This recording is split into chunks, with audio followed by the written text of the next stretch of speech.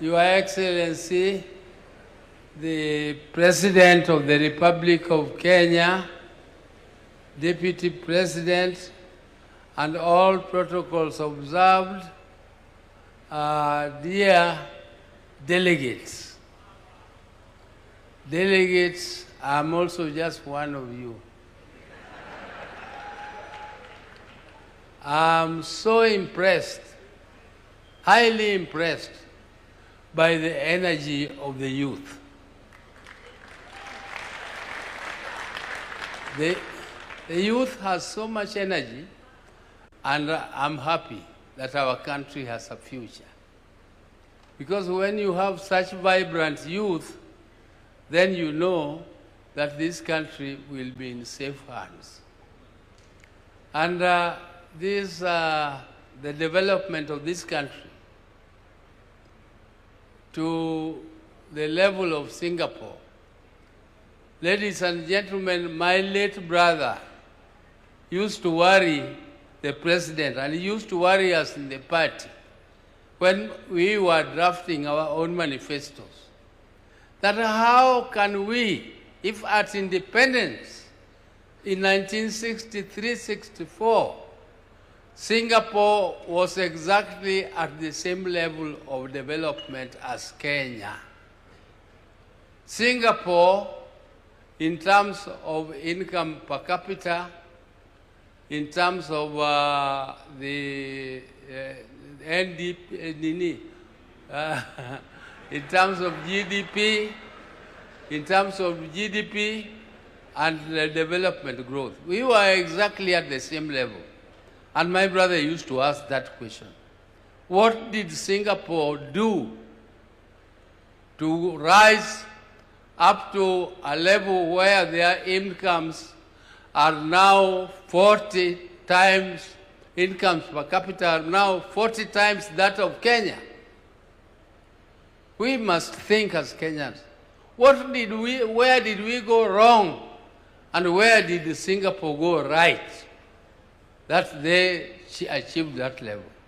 Professor Hino, who was advisor to Raila when he was Prime Minister, has given you where Singapore is and where Kenya is.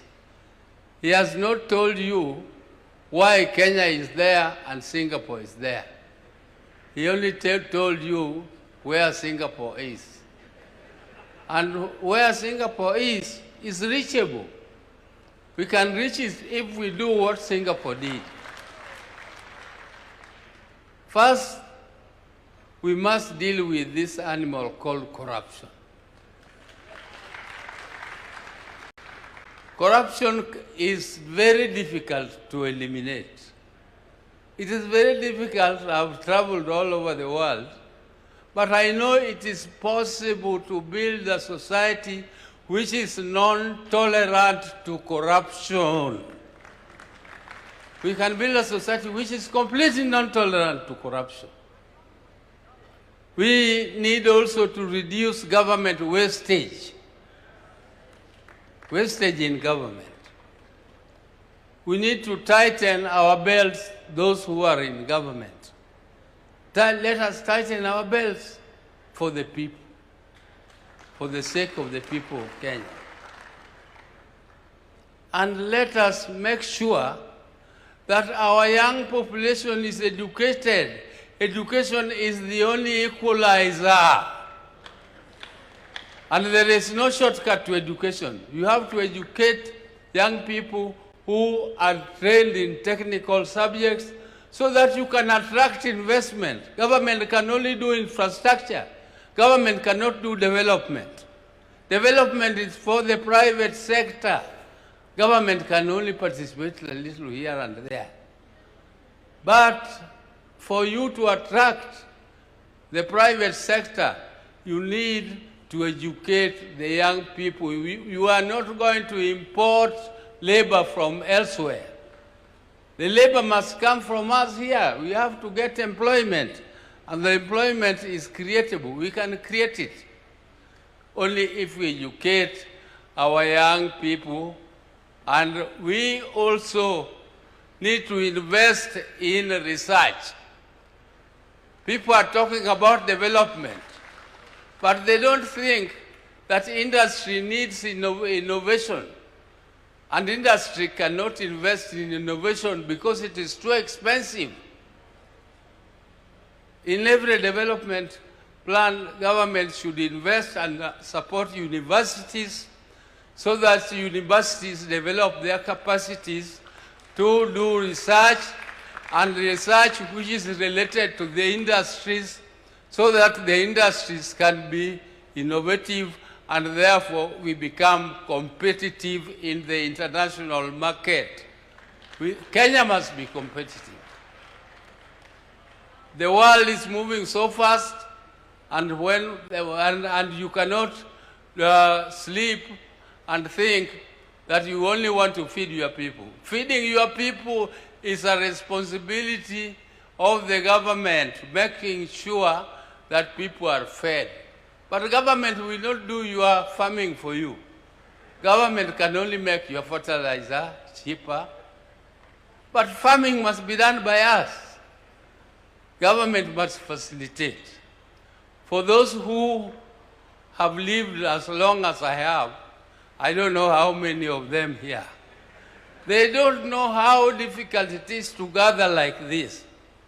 We tried it when we were struggling for the Constitution, and we gathered for a national dialogue in Bomas in the 90s. And we were killed, we were beaten up by police. Some people ended up in jail for fighting for that Constitution because the government did not like it. When the second bombers came under President Kibaki, the government was very supportive of the process. The government supported the process.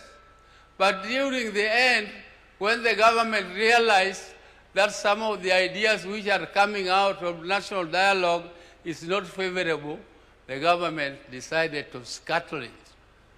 And therefore, that national dialogue came up to nothing.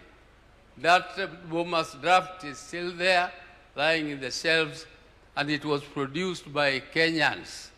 So when you have a supportive president who has paid, who is ready to pay for this forum to continue, those of our colleagues who are missing here are missing an opportunity.